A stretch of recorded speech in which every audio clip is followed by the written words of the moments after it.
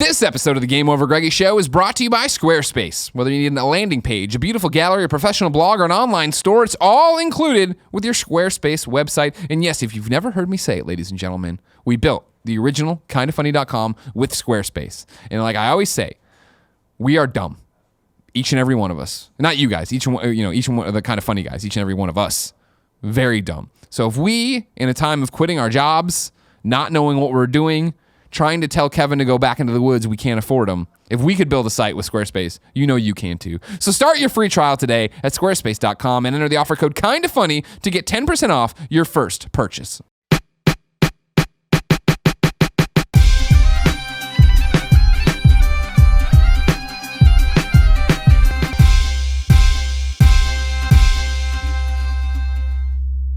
Colin, what's your topic? Craigslist. San Great San Francisco company, founded in the Sunset, just like us. I love that they're building until a few years ago. It was at 9th and Irving, Still like said a it, house, yeah. which was so cool. Right next to Side Bills. What up, Side Bills? And Your pizza's bad. what I want to talk about with it is that, like, I've used it, I guess, in the past. I kind of just looked at like the furniture and all these kinds of things. But I had my first experience selling something on there. Ooh. What'd you sell? Tickets to dick pics, my own dick pics. Framed or not framed? Tickets to a Dave Matthews show that was at Berkeley. So the story is that, like, these tickets went on sale back in March, and Erin's a huge Dave Matthews fan. So I was like, oh, I'll surprise her and buy her these tickets. Because she's a nurse, like, I can't predict her schedule. Like, so we kind of have to leap before we look with all this, like, all this planning, which is kind of sucks, but like, it's the nature of her job. So we couldn't go, but not because of that, but because Eric Castro, our good friend, had his screening for his documentary Bartender at Large, which you guys should check out. So I was, and we're going to Seattle, coincidentally, the same weekend of PAX. I would have gone to PAX, but we're going to that weekend because we're going to a show up there too, and it just happened to be the same weekend. So it's like, all right, we're going to see them later, so we can just sell these tickets and be safe. And so I bought each ticket for $100, and I went on Craigslist, and I found it to be the most frustrating situation for a few hours. That kind of goes back to what Tim was talking about with, like, some level of morality, where it's like people reach out to you and then they're like interested, and then you have this dialogue and then they just stop answering, or like someone's like, oh, I'm so super interested and I'll come pick them up, and then they like don't answer, and then you text them back and they're like, oh, I'm waiting for someone and I'm like, this whole thing. And so I was curious if you guys have had any, like, I eventually sold the tickets to a nice couple from Arizona. I met them at a bar and like just like gave them the tickets, and they wanted to go to the show. It was fantastic. But I found it frustrating because I didn't know what the rules of Craigslist were. And this is something Erin and I were talking about, where I'm like, this person keeps texting me, the tickets are sold. Do I just ignore this person? Or this person emailed me but clearly didn't even read the post and is asking me how many tickets I have into what show and stuff like that. And I'm like, it's just like it says it in the title. And this person asked me, like, how do I get the tickets? And I'm like, we do it in person. It says it in the post. So I was curious if you guys have if you've sold things on Craigslist, you have rules for selling things, and if you found similar or your own frustrations with it. Because my frustrations happen to be in the interpersonal situation where I'm like, is it that hard for you to say, like, oh, I'm no longer interested, or like, why are we having this dialogue? And then why are you wasting my time? And then and also, do I reciprocate constantly to all these other conversations? I mean, obviously I pull the post down, but do like these conversations that are happening where it's like, are the tickets still available? Do I ignore you? Do I apologize? Do I owe you an apology because the tickets are no longer available? So I'm curious, like, what you guys think of all of that, because that was really I was a little daunted, to be perfectly honest, but for what reasons I couldn't possibly explain. Do we remember when Craigslist started? Oh, the 90s. Okay, good. I sold a PS2 at launch on Craigslist, or right afterwards, I guess, because I had waited in line and got mine, and I had a Funko Land pre-order that got pushed like 2 weeks. So I got it after the fact and then did it on Craigslist. And I remember it being like, it was the first time I ever used it. I'm a senior in high school, right? And I remember it was that we were going to do it at a Blockbuster parking lot. And like my dad drove me over there and like waited in the truck, and then like I saw the kids rolling. They were like our age too. They parked and they brought 2 people too. And like I walked over there with like this bag and put it down. They gave me this money, and I'm like, all right, it was before the crazy ass $100 bills. And it was just like this really weird drug deal. And like it was like Chicago was already super cold. I was like, all right, see you later. And then I just got in the car and went away. But it was fine. And then recently, more recent, I should say, at our house, I sold the old TV. When I got the new TV, I sold the old flat screen down. And that was another weird one of like a million stupid questions. And then finally this one guy who's like, I'd love to get it, and I'll be there at 7 o'clock. I'm like, all right, great. And 7 o'clock came and went, and he never came. And then like I texted him, he didn't text back. And like 8:30, he called me and was like apologetic, but like barely spoke English. But he was coming, and it was the weirdest thing I remember. He drove in to the parking lot or our driveway. Put it in park, had his headlights on, and they were coming in the house downstairs, you know what I mean? I had the TV down there already, and he came in with like a wad of $100 bills, had 2 screaming kids in the car, and had like 3 other flat screens in the car. And he's like, yeah, man, this is what I do. I just buy these and I flip them. I'm like, all right. And then he wanted me to plug it in. I plugged it in downstairs just to show there's a picture. He's like, all right, cool, and just gave me this wad of money and took it away. Well, I think that's the thing. Craigslist has such a crazy economy within itself, where the reason all this stuff happens is because you're dealing with the whole gamut of people. There's the people that are actually trying to buy the thing. Mm-hmm. There's the people that are just trying to see if you're stupid and they can play you. There's the people that are trying to flip stuff and make more money off of it. And you just kind of just play the game and just kind of see where everything lies. Like I've been on almost every side of that at some point in my life. Shocker. You scheming? Oh, come on. So it's one of those. Yeah, exactly. Kevin has via me. Wasn't this? Didn't you guys do the Disney princess dolls or some shit? There's a lot going on. I made so much fucking money off those dolls. but it wasn't like a bad. I didn't steal money from people. Don't look at me like that. How many cats were in the intersection? The thing with Craigslist is you need to understand how to use it. And I think that to answer your question, you don't owe these people anything. It's just like that is always going to happen, and you're never going to understand half the things being said. But it's just like there is a one-to-one thing, and that's all that matters. There's going to be a lot of noise on the outside, but you were trying to sell something, you need to find someone to sell it to, and that is it. Or you were trying to buy something, and you need to find the thing that you're trying to get and achieve getting it from them. Mm-hmm. Playing the game of the text of I'll be there at 7, I'm showing up at 8:30, whatever, that's all part of the system. The bodyguards you bring with you, where you're meeting, that's a whole thing. Like when back in the day, I was really into, and I still am into like Jordans and shoes. And there's a whole subculture even within that. And to the point of with Craigslist, like the center at Stonestown is a thing. Like people just know we're going to meet at the center at Stonestown because it's a safe place. You never want to be in the parking lot. No. That's a bad. You don't want people coming over to your house. And definitely not people coming to your house. There's all these different rules, and you need to make sure you have people with you. Nice that I knew. That much I knew. Like where I'm like, that much I figured out. Yeah. Is that a Rolex? I didn't. You got a lot of nice I mean, you stuff just gotta be over careful here. because there's all these, and again, you do need to trust in people to an extent. But with this type of stuff, there's a lot of shady motherfuckers out there that are trying to scheme you and like scam you and all this stuff. So it's like you need to make sure that you're in control of the situation as much as possible. There's so many stories, and I know people that have gotten shot over this stuff, that have gotten stabbed, that have gotten just straight jacked, And it's like don't trust situations. Do not trust people. That's my thing. I've never sold. Would it surprise you, Tim, if I told you I've never once sold or purchased anything on Craigslist? No, because you are just that type of human being that Right. you just can't. I can't bring myself to do it. In fact, I've gotten to the point where I've like hoarded computers so long that now they're worthless. Yeah. So I don't have to sell them, right? Because I don't like what you just said. That situation is terrible. It gave me a lot. That's what I'm saying. It's terrible to me. It gave me a lot of anxiety. Now, I'm gonna throw out a suggestion for you next time if you ever need to sell tickets specifically, because those are a little easier, I think, probably to sell, because I think there's different ecosystems for that. Like StubHub, for instance, you can go on and sell them back. Well, this was on the an problem, ecosystem. is that I had physical tickets. So I had to be I couldn't use any sort of proxy, right? Like That's I had unfortunate. See, from buying it though, that's good. You having the physical tickets is such a thing. If I was trying to buy a ticket and you had pictures of you actually with them and you were gonna give me them, that's such a good thing. Because if it's some fake ass photoshopped piece of paper that anybody could have photoshopped some bullshit, you don't want to be. I thought I was that was the thing, is like I was playing Inside on PS4, and I'm like, and I was actually gonna just eat it. I was just like, I don't want to even deal with this. And Erin's like, what are you, fucking stupid? Like, just sell the tickets on Craigslist, and like she uses it, and I'm like, all right. So I did it, and I just felt like it gave me a lot of anxiety. But here's the kicker to this whole situation too. There's 2 of them actually. Two kickers. One is that people were marking the tickets up, and I just wasn't comfortable doing it.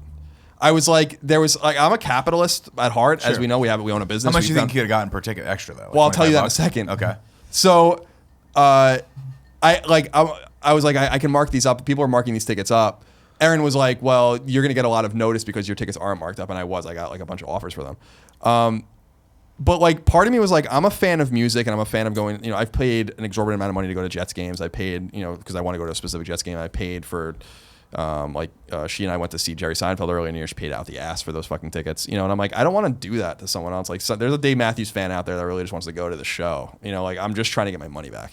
And like, I realized that about me. Like there are things that I would be happy to mark up, but for some reason, tickets to a show, I'm like, I just don't want to do it. And do we like send me your emails, but also send me a wave file of you singing Crash. Yeah. And I'm not a Dave Matthews fan, so I have no. But I just know seeing a band on the fly is I wanted to help some, like, I just wanted my money back. But the second thing that really did frustrate me on the other side is like right when I was taking it down after I got back from selling these tickets, someone reached out to me and they're like, I'll give you $150 for each ticket.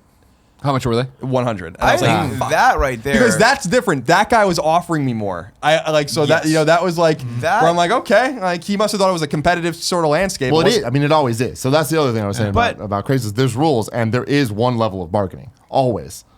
If you Again. quote a price, the email is coming back. Or even when you're actually there with the money, Oh yeah, people try to bust your I'll balls. give you 100 less. And you just got to stand your ground. If you're the one selling, just say no. 9 out of 10 times they'll be like, all right, and they'll give you it. Yeah, I will say this for putting good energy out there. The girl and the guy from Arizona come meet me, very nice people. A little late, whatever. They give me $200, but they're visiting and they were staying out by the Embarcadero and they drove really nice people, salt of the earth, a Really little late, late. little late. a little late because they took fucking Lyft ride or pool or whatever the fuck it's called. That would annoy me. So it did annoy me, but I was like, you know what? Like, I'm just glad these people seem motivated. They seem friendly on text or whatever. I just want to get rid of these fucking tickets. It was right before I was supposed to go to Nopa for dinner. I was just hungry. I was thinking about pork chops and shit. Right. So I gotta say, like, they were nice people and they drove and they kind of went out of their way or whatever. And I gave them $20 back for their ride. I was like, I like you guys. I'm giving you, yeah. And I took 180 and then I left. That's nice. And they thought I was like, you know what? I put a little bit of good energy out there in the world. Yeah. I'm like, What's like tipping, Yeah, I'm like- there's big tippers and small tippers. right, like, and it's like you took the like you went out of your way, like I could have met halfway. That's I why was just I trying to would be, not have I was just trying to be like a nice person. I So would have been like, these I tickets- guess what I'm saying is I don't know if I'm text cut them. out for Craigslist. I would have texted them and said, these You're not. tickets go up $5 for every minute you're late. You're making me wait here. You're at 205 right now. That's a key thing though, is the pickup spot. Is it close to me? Is it close to you? And like that is totally part of the bargaining. When you price things, you need to think about that, because I heard when I was in the bathroom, I heard you talking about you might have just ate the cost, right? And that's something that in my later years I've realized, like, that sometimes is more valuable than trying to sell and do all that stuff. Oh, yeah. Because the time it takes, the gas money, the time, the Oh, yeah. figuring it all out, whatever. It was stressing me out. There's a It threshold. was stressing me It out. kind of doesn't matter. And that's why I think that there was a real big shift from eBay over to Craigslist, because eBay, with all the shipping costs and all that stuff, that Such a pain in just the made ass. stuff just almost not worth it. Yeah, unless you really played the game. Like, Well, I knew some kids in high school that, like, Had a scale. they knew exactly what they That were was always the doing. problem. I always guesstimated, and like I used to sell a lot of stuff on eBay. Guesstimate how much shipping was going to be, and you go in there, and sometimes I would have been right on. Maybe I made extra money. Sometimes I would totally eat it. That I was wrong. It wasn't even remotely that for priority. I'm like, fuck. Yeah. You just got to get that system down. And it's one of those things where I hit a point where I'm like, I can work and make more money easier than doing all this shady shit. Now, one day, I hope that I make enough money that I can pay an elite team of Kevin. people to figure this out. I'll pay Kevin to figure out an elite team of people to will just do do it this, himself. the whole scheme, and make us a lot of money.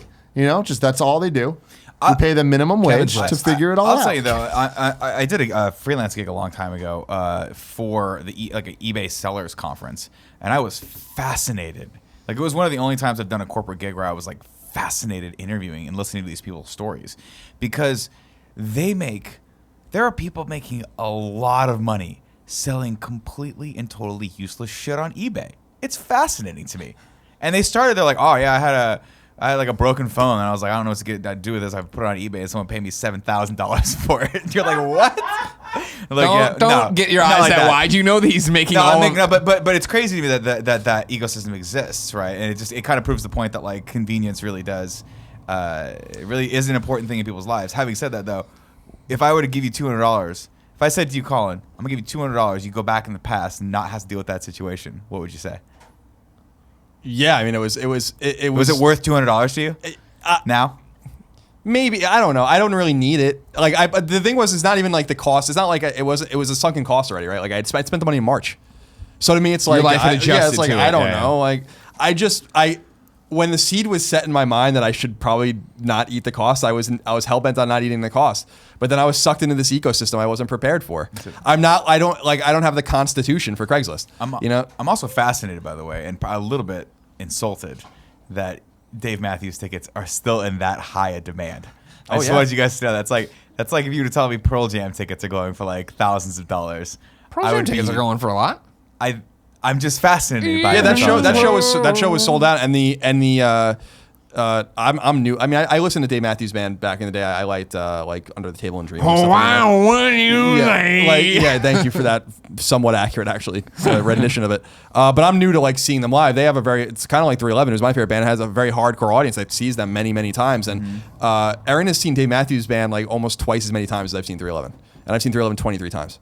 So it's like, so I went to my first show with her earlier in the year, and I actually liked it. I was like, this is fun. These are nice people. It's a nice group of people. You know, like everyone's just drunk and on drugs and hanging out. You know, like, well, that's what I noticed. People. Well, that's what I noticed when I was, I went, Jim Riley, an old friend of ours from IGN. Oh, yeah, he went, didn't he? I went to, when you guys had to go, I bought us all 311 tickets, but you guys had to go to a thing. So I went with Aaron's cousin and Aaron and our friend Jim, who's a 311 fan. And we were talking like, oh, like, we're gonna like can't wait to see like remember being young at concerts. I remember seeing young kids, but I had just seen them earlier in the year, and I'm like, no. I'm like, we are the young kids at these shows now. And lo and behold, I'm looking around, and there's just, I swear to God, at this 311 show, there were fucking 55-year-old men smoking joints in the crowd, like and I'm like, this is fantastic. We're all growing up together. I'm no longer there are no 12-year-olds at 311 shows like when I was 12. Like I was the back end of this entire group of people. Like there are no one young. I am the youngest 311 fan. So anyway, it was. I thought you guys would find that story funny because I just didn't have the. I don't have what it takes for Craigslist. No, it's too specific a garage sale. Even garage sales, I hate going to. And do I have to haggle with you for this fucking thing? I hate haggling though. Yeah. That's why you use CarMax. I like that Kevin was like, tell me the price of the fucking car. Thank you. Kevin was born to haggle. Speaking of haggling, not really a Greg way. This episode is brought to you by Squarespace. Whether you need a landing page, a beautiful gallery, a professional blog, or an online store, it's all included with your Squarespace website. Number one, it's easy. Creating your website with Squarespace is simple, it's intuitive, and you can enjoy it. You can add and arrange your content and features with a click of a mouse. Isn't that right? Big Daddy Click, Nick Scarpino. Correct. You built the original kindoffunny.com on Squarespace. I crushed it. Did you use a mouse? Did I use a mouse? Yeah. Yeah, I did. I really did. Yeah? You work it all over there? I just drove it into the ground. Did you know that they have dead. beautiful templates? You can design a best-in-class online store with Squarespace award-winning templates, customizable settings, and more, all without a single plugin. It's like cheating in life. You know what I mean? It's like cheating life. You don't have to work hard. You just do it, and then you have a beautiful site. Yeah. And you sell stuff and make lots of money, and you just retire into Bermuda with someone beautiful by your side. Squarespace. That's build it beautiful. You retire with a beautiful person. Beautiful. They also have seamless commerce tools, customer support. Squarespace offers 24/7 customer support, actually. Every member of the customer care team is an experienced Squarespace user working in a Squarespace office. No matter how technical your problem or trivial seeming your question, one of the team is always online to assist you. Start your free trial today at squarespace.com and enter the offer code KINDOFFUNNY to get 10% off your first purchase. Move to an island and build websites beautiful.